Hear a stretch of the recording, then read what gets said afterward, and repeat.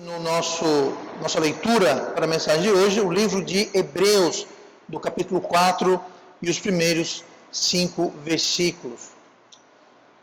Todos nós, todo ser humano, faz parte da fibra humana querer sossego, querer paz, querer repouso.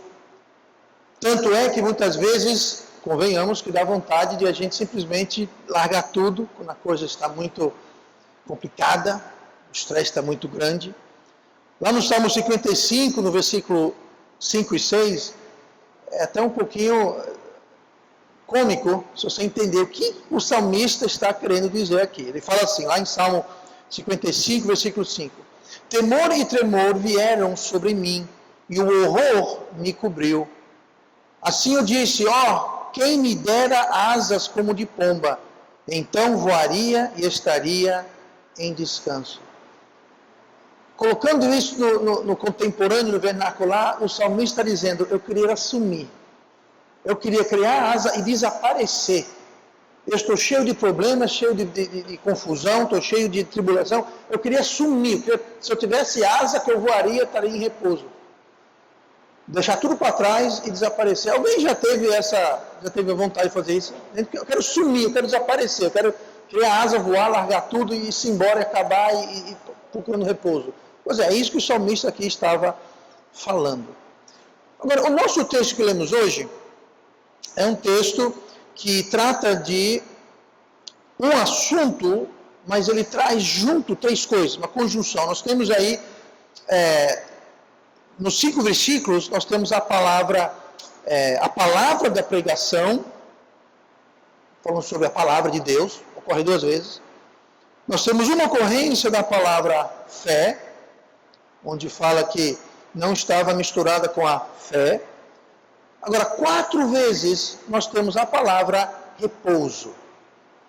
4 uso de repouso. Versículo 1, da promessa de entrar no meu repouso. Depois fala sobre os que temos crido, entramos no repouso. No versículo 3 ainda fala, não entrarão no meu repouso. No versículo 4 fala, e repousou Deus de todas as obras da sua mão. Então, nós temos 4 ocorrências da palavra repouso. E o repouso está ligado a estes 3 elementos. A palavra de Deus, fé na palavra de Deus, que resulta em repouso. É impossível descansar sem confiar. Em outras palavras, sem fé não pode haver repouso. Sem fé não há repouso. Nós lemos aqui que para algumas pessoas, no caso dos judeus, isso remetendo à época em que eles saíram do Egito, estavam a caminho da terra prometida, no versículo 2, fala que essa fé, ou a pregação da palavra, ou seja, o que Deus falou para eles, não serviu muita coisa. Fala assim no versículo 2, da segunda parte, sobre a palavra da pregação, nada lhes aproveitou. Então, a palavra de Deus, ela pode ou não aproveitar. A diferença vai ser se você vai ouvir com fé ou não. Tanto que a sequência no versículo fala que não foi de proveito para eles, porque não estava misturada com fé naqueles que a ouviam. Então, a palavra de Deus em si, ela só tem poder quando nós temos fé na palavra de Deus. A palavra de Deus, sem que haja nossa fé, não nos serve de nada, não nos aproveita nada. É o que ele falou no versículo 2, onde ele diz, porque também a nós foram pregadas as boas novas, como a eles. Mas a palavra da pregação nada lhes aproveitou, porquanto não estava misturada com a fé naqueles que a ouviram. Então Paulo falou, olha, foi pregada para nós. Só que para eles não serviu de nada, porque eles não ouviram com fé, não tiveram fé. Então não houve proveito, não houve benefício algum. E sem o benefício não haveria o repouso que Paulo aqui está falando. E o resultado, no versículo 1, algum de vós fica para trás. Teve pessoas, no contexto dele aqui, que ficaram para trás, indicando que não entraram no repouso que Deus tinha. Por quê? Porque não ouviram com fé. Então, a gente entrar no repouso, ter sossego, ter paz, é uma questão não só de ouvir, mas de ouvir com fé. E esse é o resultado que nos traz. Eles ouviram, mas não creram. Então o versículo 3 fala: nós que temos crido, entramos no repouso.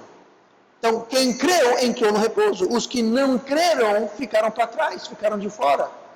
Não porque não ouviram, mas porque não ouviram com fé. Esta noite tem muita gente que vai ouvir a palavra, mas só vai ser proveitoso para quem tiver fé. E como o Tiago falou, fé sem obras é o quê? Morta. Não tem proveito algum. Então hoje eu quero falar sobre um tema muito importante. A palavra repouso no dicionário significa descanso. E o tema desta noite que eu queria abordar é o seguinte: descanso ou descaso? Descanso ou descaso? Nós vamos ver as suas causas e suas características, o que diferencia o descanso do descaso. Existe uma semelhança muito grande e é muito fácil você sair do descanso e entrar para o descaso. Então eu quero que a gente hoje veja o que Deus está dizendo a partir desse texto, o que é descanso, que é muito importante, é o que nós queremos, é o que Deus quer para a gente. Ele preparou um descanso para essas pessoas que não entraram no descanso, ficaram para trás, porque não ouviram com fé. E o descaso, o que causa e as suas diferenças. Primeira causa, característica do descanso ou descaso, a gente encontra em negligência. Abra suas Bíblias comigo para Josué, lá no Novo Testamento, Josué capítulo 2. Josué, claro, ele era aquele que tomou o lugar de Moisés. Moisés liderou o povo judeu por mais de 40 anos, atravessando o deserto, e chegando à Terra Prometida, Deus disse para ele que ele não iria entrar. Mas Deus levantou então Josué para tomar o lugar de Moisés e liderar o povo na conquista da Terra Prometida. E o povo então atravessou o deserto e começou então a tomar posse, a dominar, a entrar na Terra Prometida. Tá? E Josué 18, em versículo 1, nós temos aqui um episódio onde Josué está falando ao povo. A essa altura do campeonato, Josué 18, eles já tinham atravessado o Jordão, e atravessaram o Jordão da mesma forma que atravessaram o Mar Vermelho, a seco. Deus abriu o Rio Jordão, assim como abriu o Mar Vermelho para Moisés. Eles já haviam conquistado Jericó, uma grande, imponente cidade, que era a primeira que eles encontravam, já tinham essa conquista, e já tinham conquistado muita terra, já tinham adentrado, estamos a falando de contas, Josué 18. Então, muito chão, muita terra já tinha sido tomada, mas não tudo. E algo estava acontecendo. E esse algo tem tudo a ver a descanso ou descaso. E diz assim o versículo 1: e toda a congregação dos filhos de Israel se reuniu em Siló, e ali armaram a tenda da congregação, depois que a terra lhes foi sujeita. E dentre os filhos de Israel ficaram 7 tribos que ainda não tinham repartido a sua herança. E disse Josué aos filhos de Israel: até quando sereis negligentes em chegardes para possuir a terra que o Senhor Deus de vossos pais vos deu? Note que ele falou aqui, até quando sereis negligentes? Negligentes. O povo judeu estava sendo negligente.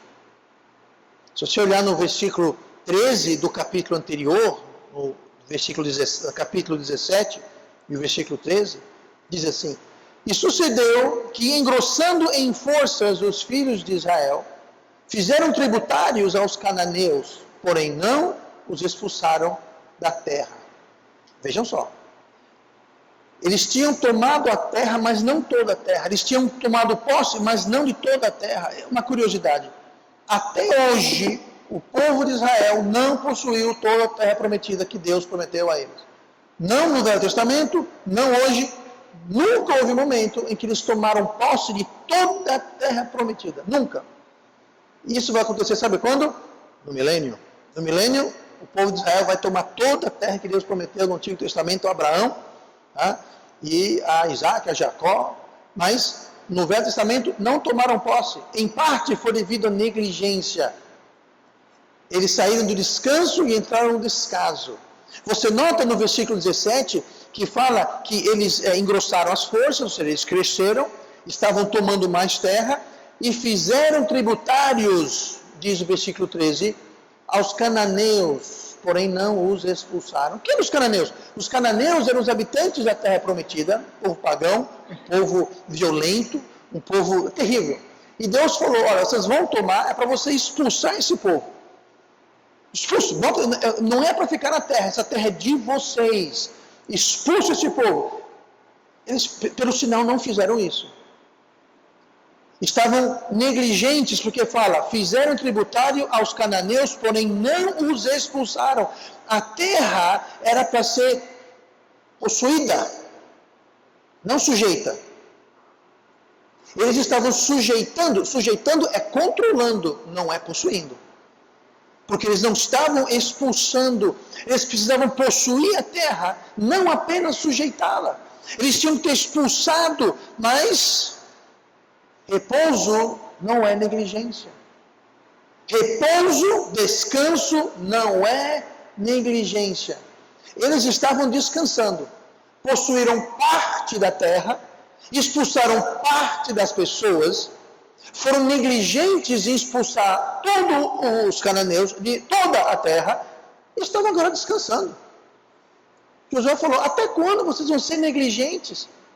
Aqui a gente lê no versículo 2 de Josué 18, e dentre os filhos de Israel ficaram 7 tribos que ainda não possuíam, não tinham repartido a sua herança. Quantas 12 tribos haviam? 12, muito bem, vocês estão muito espertos hoje, tá? Haviam 12 tribos, 7 não haviam recebido as suas parcelas de terra. Gente, nem a metade do povo tinha recebido, nem a metade, e eles já estavam descansando, sendo negligentes. Eles não tinham expulsado o povo cananeu, fizeram deles tributários. O que quer dizer isso? Estavam cobrando impostos. É o seguinte, povo cananeu, é o seguinte, vocês podem ficar, agora vão pagar imposto. Vocês vão nos pagar. Deus mandou eles fazerem isso? Não. Deus falou, expulsos da terra, esta terra eu estou lhe dando por sua terra. Bota isso para correr, eu vou fazer isso, eu vou dar, o meu temor estará na frente de vós, eles vão fugir de vocês, e o que aconteceu, houveram algumas batalhas, e muitas vezes o povo fugia. Só que eles pensaram, se a gente expulsar eles da terra, eles não vão pagar nada para a gente. Mas se a gente deixar eles ficar e cobrar imposto, a gente vai ter menos trabalho, porque não vamos ter que expulsar esse pessoal, não vai ter que botar eles para correr. Vai ser mais fácil e ainda vai render tributos. Nós podemos então agora descansar. Nós já possuímos uma parte da terra, expulsamos uma parte do povo, estamos recebendo tributos, a coisa está boa demais. Eles estavam sendo o quê? Negligentes. Deus quer e Deus pode agir em nossas vidas como agiu na vida do povo de Israel. Mas repouso não é negligência. Deus nunca, jamais age quando existe negligência da nossa parte, quando nós não cumprimos aquilo que cabe a nós. Negligência não é descanso. Negligência é descaso. Não descanso, é descaso. Existe uma enorme diferença. Repouso é quando nós fazemos a nossa parte, aquilo que nos cabe, e depois disso nós descansamos e repousamos em Deus, nas promessas de Deus, no amor de Deus, no cuidado de Deus, na providência de Deus. Deixa eu dar um exemplo prático.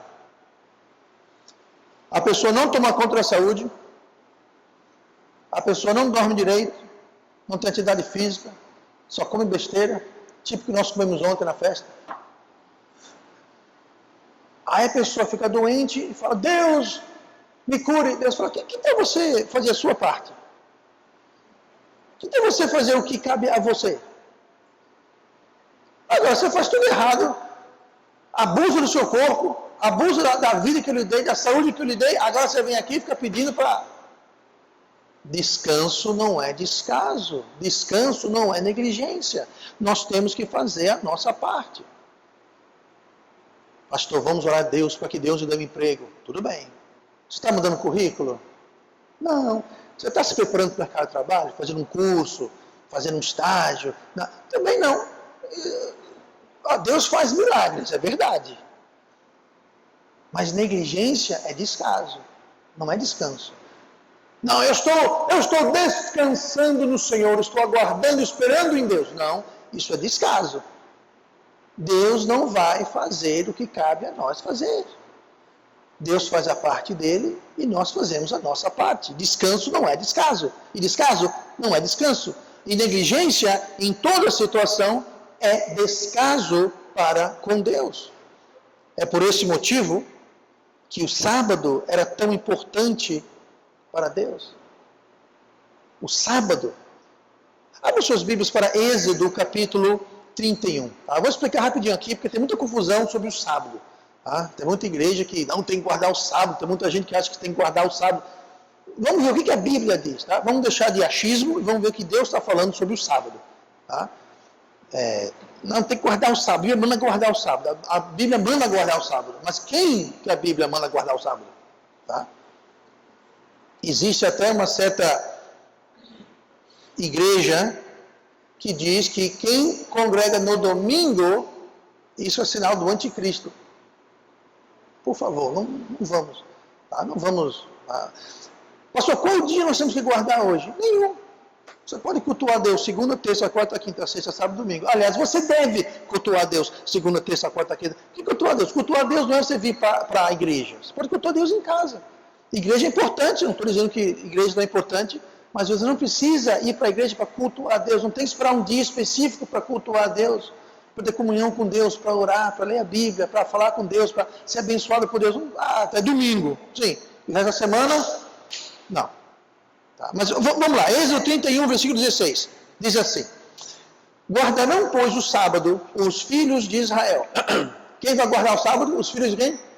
De Israel. Tem algum filho de Israel aqui? Eu acho que não. Filho de Israel é uma questão de genealogia, descendência. Não é porque eu quero, porque eu gosto, porque eu acho bonito. Não. Você tem que ser descendente, geneticamente, DNA descendente de Abraão, Isaac, Jacó e assim por diante. Se você não for, você não é. Acabou. Então, o sábado foi dado para os judeus. Mas vamos ler aqui mais um pouquinho. Guardarão, pois, o sábado os filhos de Israel, celebrando o sábado nas suas gerações por aliança perpétua. Ou seja, o sábado é para o povo judeu celebrar perpetuamente durante todas as suas gerações. Mas continua. Entre mim e os filhos de Israel será um sinal para sempre. Então, quem deve guardar o sábado hoje é o povo judeu. Nós somos gentios, ninguém aqui é judeu, nós somos gentios. Então nós não precisamos, não devemos guardar o sábado. O sábado é um sinal entre Deus e o povo judeu. Nada a ver com a gente. Agora, sim, pastor, o que tem isso a ver com descaso ou descanso? O sábado era o dia de descanso. E Deus exigia que o povo descansasse. A gente lê no livro de Hebreus, não vamos entrar em detalhes agora, mas o livro de Hebreus fala que Jesus é o nosso descanso. Nós podemos descansar, confiar. Então, o sábado era importante para Deus porque representava o descanso que as pessoas tinham nele. Porque naquela época, ninguém descansava. Você trabalhava de segunda a segunda, não tinha um descanso. Inclusive, o grande missionário Hudson Taylor, quando foi para a China, era a mesma coisa. Ele tentava ensinar para as pessoas, olha, você tem que parar um dia, tá? Pare no domingo para ir para a igreja, mas é para descansar, para você ter sua família, você fisicamente recuperar o que Deus queria. O povo chinês naquela época não gostava disso, não fazia parte da cultura. Lá se trabalhava de segunda a segunda, você trabalhava. E Deus falou, guarda o meu sábado, que qualquer perda que você tiver, eu vou cumprir. Lembra no deserto que Deus mandou o maná? todo dia, menos sábado. E ele falou, o maná que eu mandar na sexta vai ser o suficiente para você coletar por 2 dias. E ele não vai estragar. Mas, se você coletar a mais do maná qualquer outro dia da semana e guardar para outro dia, ele vai apodrecer. Mas o maná de sexta que você guardar para o sábado, esse não vai apodrecer.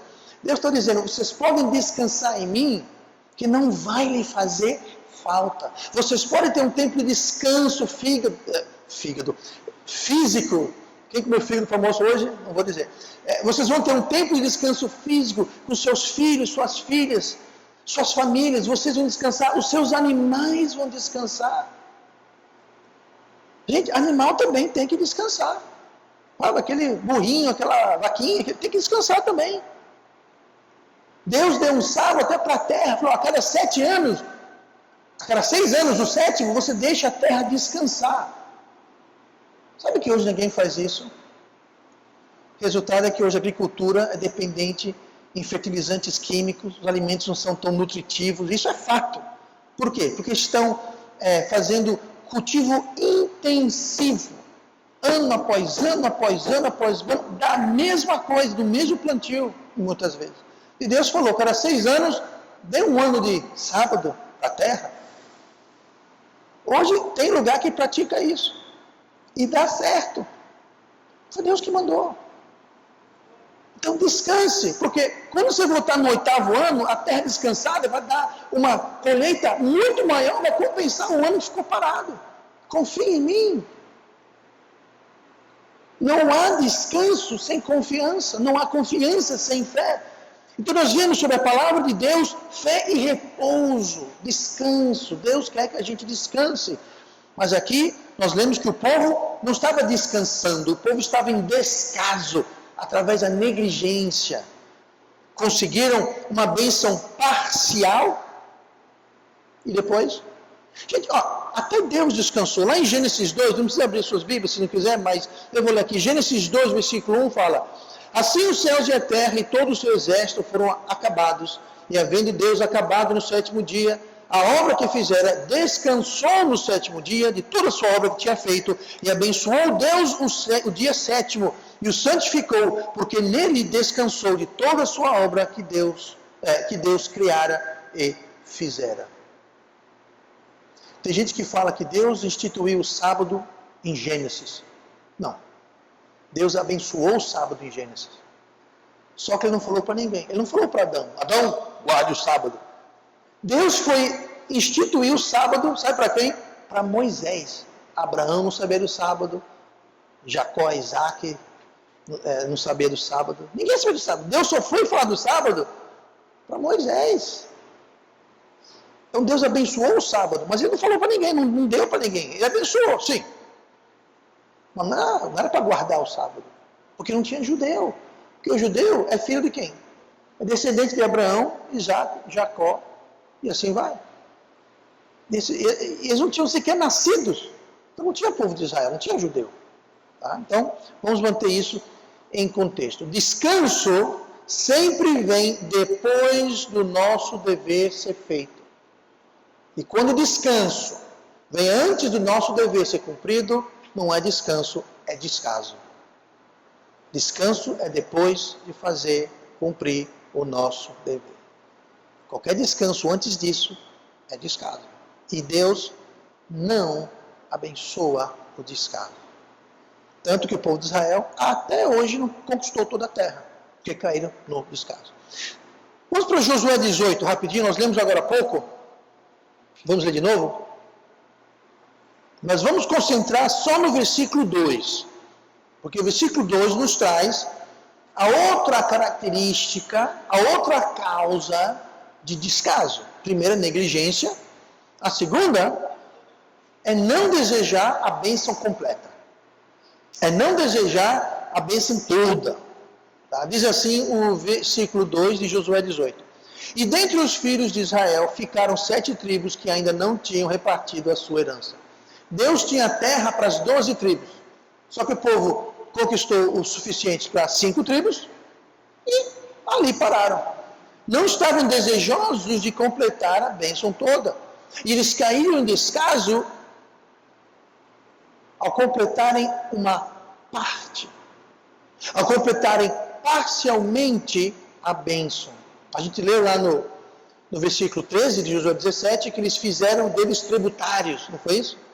Eles pensavam consigo mesmo, bom, eles vão pagar imposto, a gente vai ter que expulsá-los, já está bom demais. Gente, aquelas 5 parcelas que já tinham tomado, era muita terra. Era muita terra. Eles diziam, Deus quer dar 12 para a gente, mas 5 está bom. 5 está bom. Até parece algo modesto e piedoso. E não somos gananciosos. Olha, a gente tinha 12 parcelas, recebemos 5, tá bom. Tá bom. Não somos gulosos. Eles se acomodaram, se satisfizeram com menos do que Deus tinha para eles.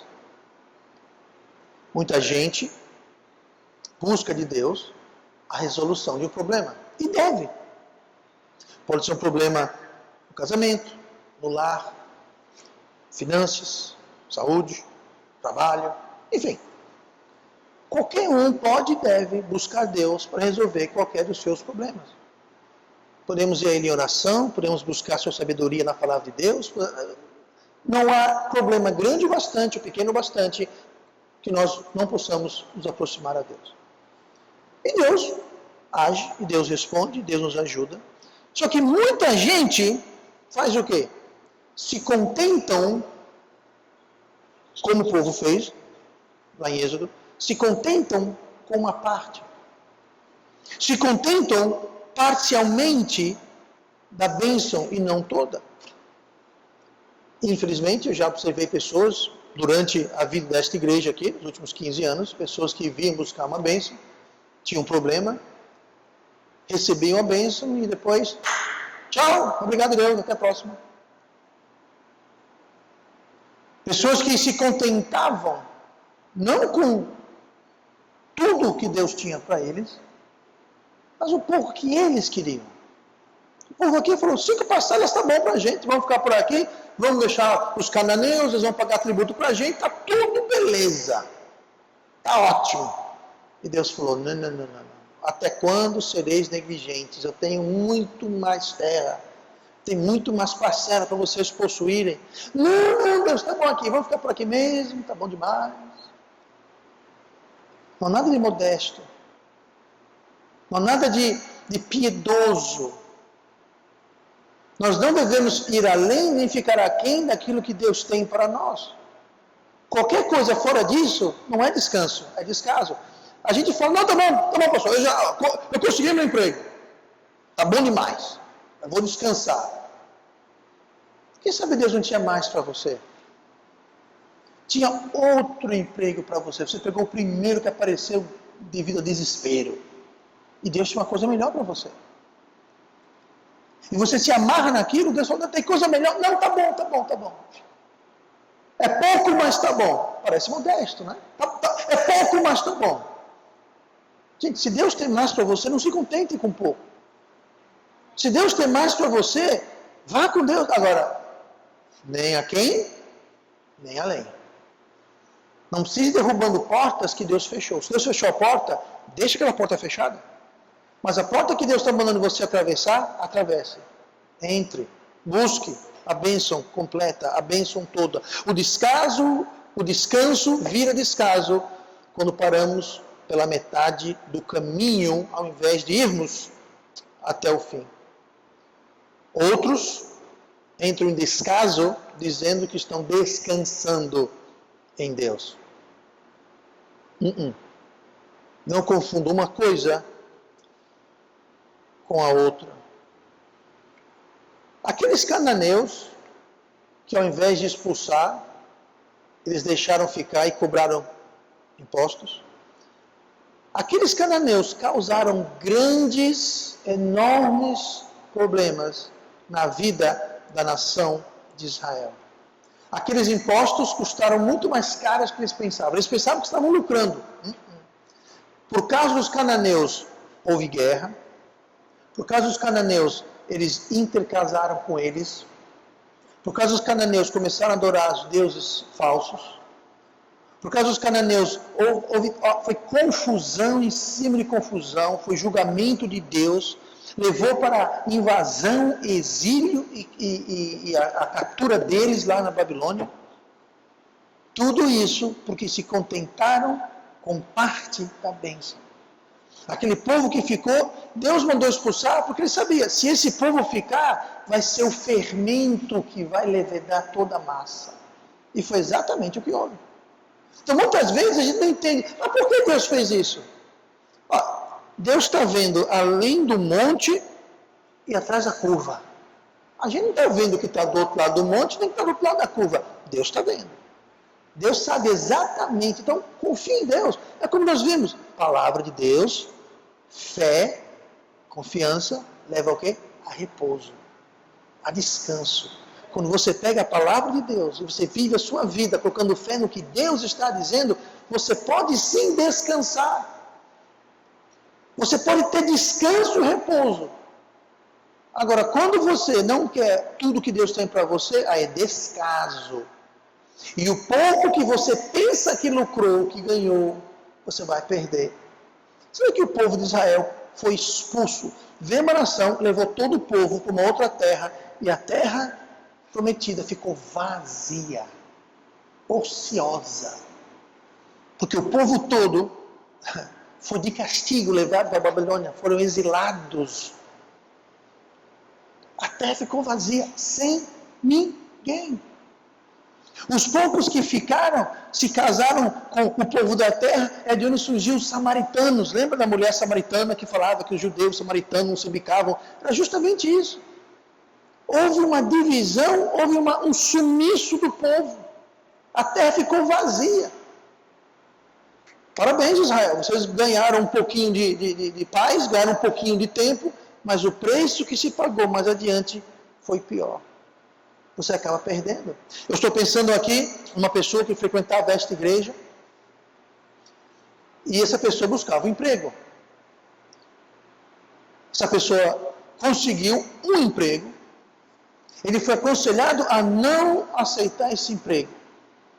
Era um emprego não muito bom, não muito salutar, um emprego que iria trazer problemas à vida dele. Ele não ouviu o conselho baseado na palavra de Deus. Aceitou a posição e começou a trabalhar. Estou trabalhando, agora posso descansar. Trabalhando, tentando dinheiro, minha vida está agora. Aí por um tempo, estava trabalhando, ganhando dinheiro, até que tudo começou a desandar. Deixa eu dar as contas finais. Ele perdeu o emprego, até hoje está desempregado, perdeu a família, perdeu tudo, gente. Ele queria estar onde ele estava antes de assumir aquele emprego. Eu não estou contando uma história que eu li, que eu ouvi dizer, aconteceu aqui, e tem pessoas, não muitas, mas algumas pessoas sabem do que eu estou falando. Não vou dizer o nome, não convém, não é importante, mas ela sentava aqui como você está sentado aqui. Sabe o que foi isso? Se contentou sem ser a bênção completa. E eu falei, fulano, aguarde em Deus, que Deus tem um emprego para você. Você não precisa pegar essa primeira coisa que aparece, essa migalha. Isso não é de Deus. Isso vai te afastar de Deus, vai complicar a sua vida. Não, pastor, trabalha, Deus que mandou. Isso não é de Deus. Vimos algum tempo atrás, né, que Deus nunca responde uma oração que vai te afastar dele. Pois é. Ele não ouviu a palavra de Deus. Aliás, ele ouviu que ele não é surdo. Ele ouviu, mas não ouviu com fé. E de nada lhe aproveitou, porque hoje ele queria estar onde ele estava antes. Perdeu tudo, ficou sem emprego, sem dinheiro, sem salário, sem família, sem nada, acabou. Isso é o que ele perdeu. Quer saber o que ele ganhou? Eu não vou dizer, mas ele ganhou um monte de confusão na vida dele. Ganhou um monte de peso para carregar na vida dele. Então, não vá por mim não, vá por Deus. Queira a bênção completa. Não fique, não se contente com menos do que Deus tem para você. Porque isso também não é descanso. É descaso. Nós vamos ver 3 coisas hoje. Nós já vimos 3 causas e características que diferenciam o descaso do descanso, ou descanso do descaso. A primeira é negligência, a segunda é não desejar a bênção completa, e a terceira é buscar o descanso no lugar errado. Olhem comigo para Mateus capítulo 11. Uma grande fonte de descaso é buscar descanso no lugar errado. Aí não é descanso, é descaso. Mateus 11, versículo 28, é Jesus falando. Ele diz o seguinte, Mateus 11, 28. Vinde a mim, todos os que estáis cansados e oprimidos, e eu vos aliviarei. Tomai sobre vós o meu jugo, e aprendei de mim, que sou manso e humilde de coração. E encontrareis o quê? Descanso. Encontrareis descanso para as vossas almas, porque o meu jugo é suave e o meu fardo é leve.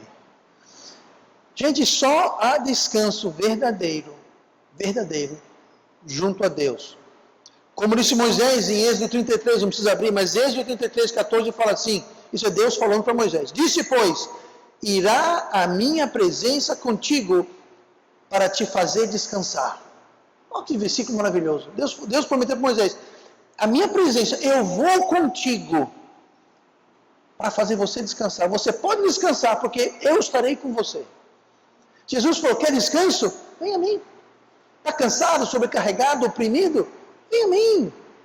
Aprenda de mim, que sou manso e suave. Eu sou manso de coração e meu jugo é suave. E encontrarás descanso. Qualquer descanso fora destes parâmetros é descaso. É descaso. Descanso vem de obedecer e confiar em Deus.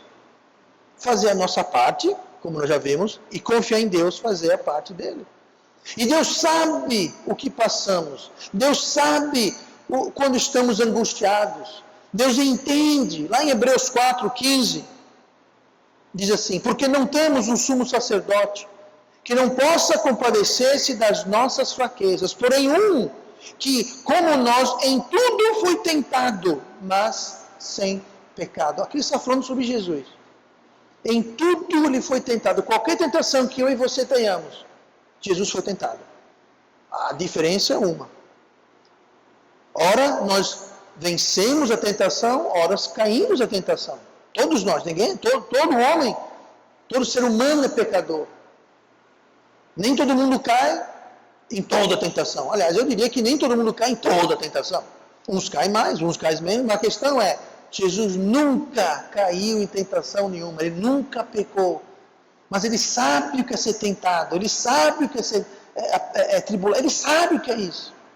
E ele pode se compadecer, ele fala, nós não temos um sumo sacerdote que não possa compadecer, ele tem compaixão, ele se compadece. Por quê? Porque ele já viveu aqui, ele passou por tudo que nós passamos. Ele sabe o que é.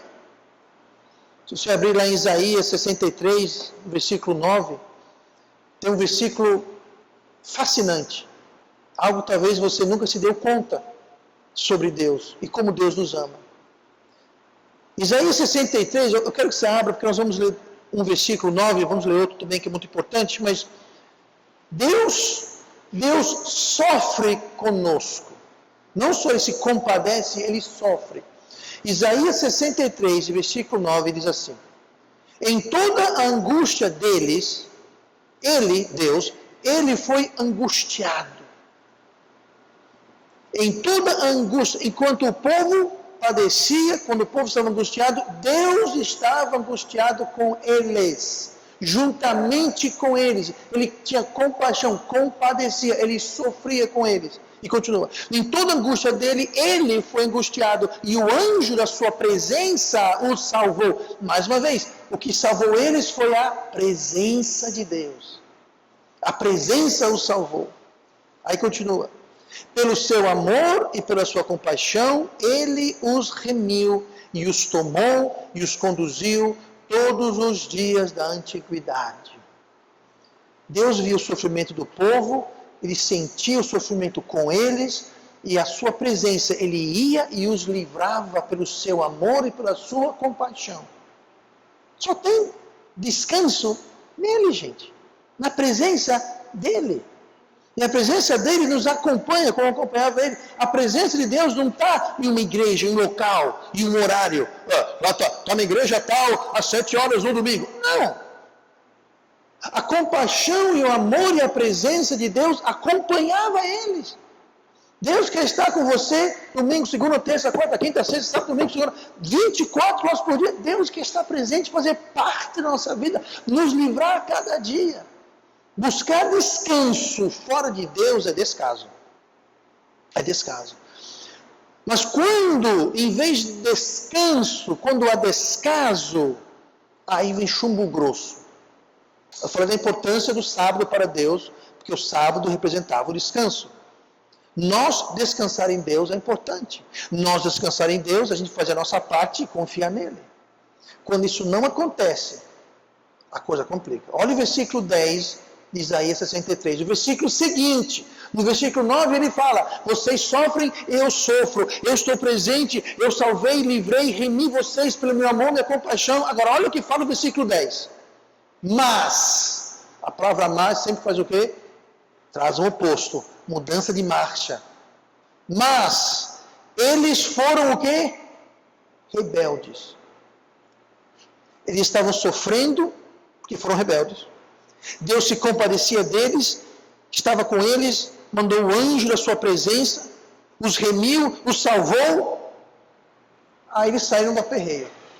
Primeira coisa que fizeram, foram rebeldes. Eles estão angustiados, Deus livra, em vez de agradecer, eles voltam para a rebelião. Olha aqui que fala. Mas eles foram rebeldes e contristaram o seu Espírito Santo. O que Paulo fala sobre o Espírito Santo? Não entristeceis o Espírito Santo de Deus. Ah, mas esse Novo Testamento. Acabamos de ler Isaías que está no Velho Testamento. Era a mesma coisa. O ser humano não muda. Eles contristaram o Espírito Santo. Por isso, ou seja, por esta causa, devido a isso, por isso se lhes tornou em inimigo e ele mesmo pelejou contra eles. Chumbo grosso. Deus viu eles sofrendo, Deus foi lá, livrou, remiu, foi amor, compaixão. Eles se rebelaram. Olha só, por causa disso agora. Sabe quem vai ser seu inimigo? Deus regaçou as mãos, agora eu vou ser o seu inimigo. Eu vou pelejar contra vocês. Agora vocês pegaram briga comigo. É o que Deus está dizendo aqui. Por isso, lhes tornou inimigo. Gente, quer ter um inimigo? Não tenha Deus como inimigo. Não queira Deus ter... Seja quem for, você não quer Deus como seu inimigo. Deus falou, por causa disso, dessa rebelião, depois que eu fiz tudo isso, por causa dessa rebelião, eu vou ser o seu inimigo e eu mesmo vou pelejar contra vocês. Adivinha quem ganha uma briga dessas? Não tem nem argumento.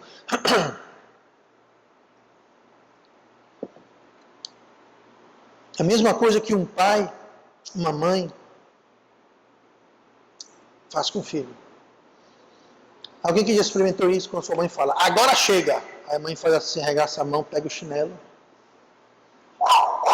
Aquele chinelo teleguiado, né? Pois é. Deus faz a mesma coisa. Chega uma hora que o pai, a mãe fala, agora basta. Agora chega. Pois é, é isso que Deus falou. Falou, agora chega. Lá em Hebreus, ainda em Hebreus 12:6, diz assim, porque o Senhor corrige o que ama e açoita a qualquer que recebe por filho. Pastor, mas aqui fala que Deus tornou-se inimigo deles por amor. Lá em Hebreus a gente leu, o Senhor corrige o que ama. Se ele se torna o seu inimigo, não é por ódio, é por amor. Deus corrige o que ama. É por amor, é para corrigir. É para trazer de volta ao lugar que ele possa abençoar-nos. Não é ódio, não é inimigo. Não, é como uma mãe, um pai. Pais e mães aqui, quando você disciplina o seu filho, e eu espero que você discipline o seu filho com amor.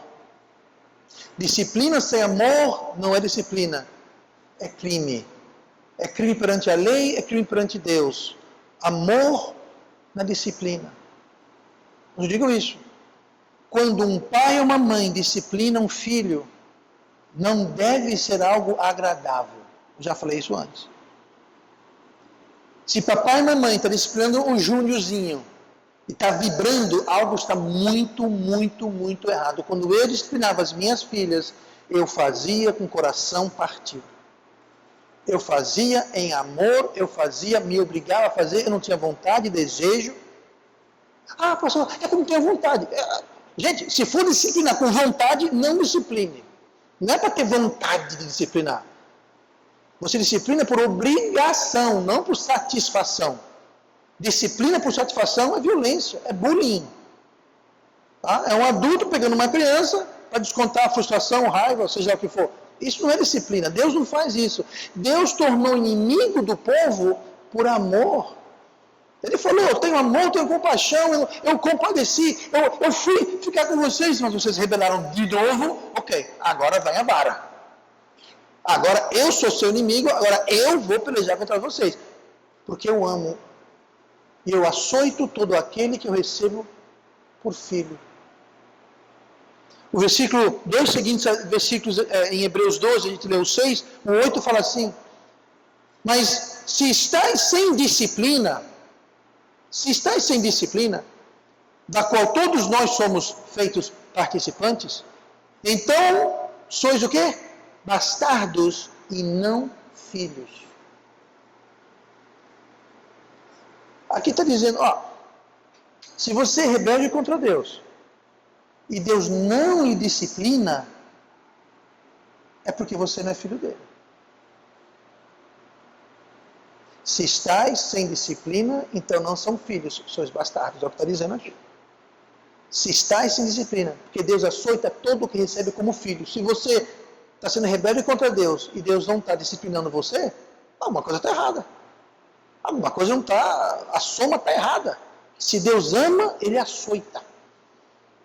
Como um pai, não vamos lá por questão de tempo, mas se você ler Hebreus 12, o capítulo começa falando, como todo pai disciplina o filho que ama. Não vou nem entrar em Provérbios, ele fala que o pai que ama o filho disciplina. Ele fala, o pai que não disciplina o filho, odeia o seu filho. Está escrito, hoje o tema não é esse, não vamos nos deter lá, mas Deus se faz de inimigo por amor. E muitas vezes você, papai e mamãe, tem que se fazer inimigo do seu filho no sentido que você vai dizer não. Não, você não pode colocar seu dedo na tomada. Isso é claro, né, pastor? Pois é, mas às vezes tem que dizer não para o seu filho para coisas não tão óbvias. Não, você não deve andar com essa turma. Não, você não deve fazer isso. Não, você não deve usar isso, você não deve consumir isso, você não deve fazer isso, você não deve... Tem hora que o pai tem que se fazer de inimigo. Mas não em ódio, não para chatear, não para atrapalhar, mas por amor. Voltando para a tomada, você tem um filho e estava brincando, pegou um grampo de papel e está na tomada. Oh, que bonitinho. Ele vai acertar, que a gente já acerta. Os dois buraquinhos, ele vai colocar o grampo lá dentro. Já estou vendo, vai ser a coisa mais linda. Pega a câmera, meu amor, vamos ver aqui, ó. Que pai é louco uma coisa dessas? Mas o bichinho quer, vai dizer não para ele. Pois é, nem sempre é tão óbvio o perigo.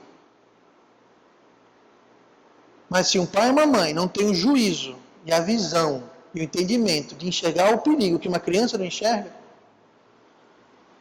tem muito adolescente fazendo bobagem porque não está sendo avisado. Não estou todo adolescente, mas você senta e você se faz de inimigo. Você fala, opa, deixa eu falar uma coisa para você. Eu lembro quando eu era adolescente, eu vou confessar aqui. Muitas vezes meu pai me proibia de fazer certas coisas. Não deixava roubar banco, assaltar carro, esse tipo de coisa eu não deixava fazer. Pense você, que absurdo. Não, estou brincando, claro, mas eu lembro que na época eu ficava irado, frustrado. Por quê? É só para me chatear. Pastor, você... Não, eu não fazia isso, eu fazia isso só para efeito, só para vocês entenderem. Mas eu lembro, eu ficava frustrado. Eu não entendi por que eu não posso. Hoje, que eu sou pai, hoje que eu sou avô, e há muito tempo já, eu entendo perfeitamente E eu fiquei pensando, como era cabeça dura, como era um cabeça de vento, mas eu não vi aquilo. Graças a Deus que eu tinha um pai que me amava bastante para dizer não. Não, não, não, não, não, não. Eu não ia contar isso, mas eu vou. Você gosta de uma fofoquinha, vocês, né? Faz tempo, gente, faz tempo. Era outra pessoa, mas... E jovens, não façam isso. Eu cresci com meus amigos. Dia de semana, o pai falou, não, mas tem escola. Eu devia ter uns, sei lá, 15 anos, 16 anos. Ele falou, não, você não vai. Aí fui pro meu quarto e falei, você que pensa que eu não vou. Isso não é exagero. Eu troquei de roupa. Na minha cama eu coloquei os travesseiros e cobri para parecer que estava deitado lá. E eu saí pela janela, gente. E eu não estou exagerando, aconteceu assim, eu saí pela janela. Que era no segundo andar. Não me pergunte como eu desci. Fui embora, saí. Aí eu estava, lembro até hoje, uma lanchonete com meus amigos. Aí eu estou lá, pela vitrine de vidro, né? Quem encosta? O paizão encosta. Ele só fez assim, ó.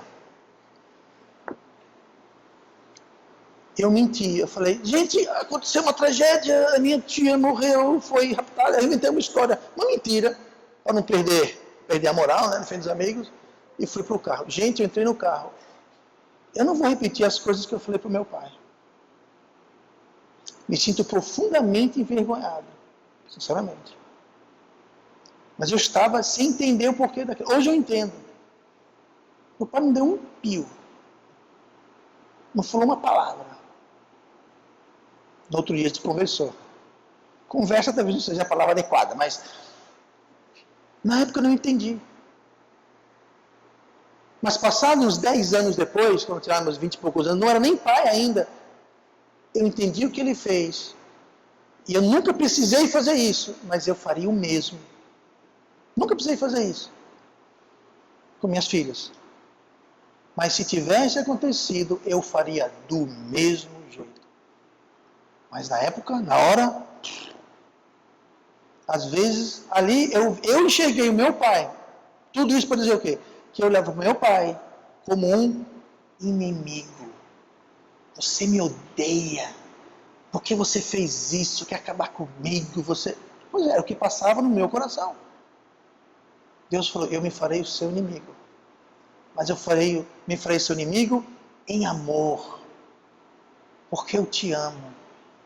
E se tem um lugar onde podemos encontrar descanso, é no amor de Deus. Deus nos ama bastante que deu o seu filho.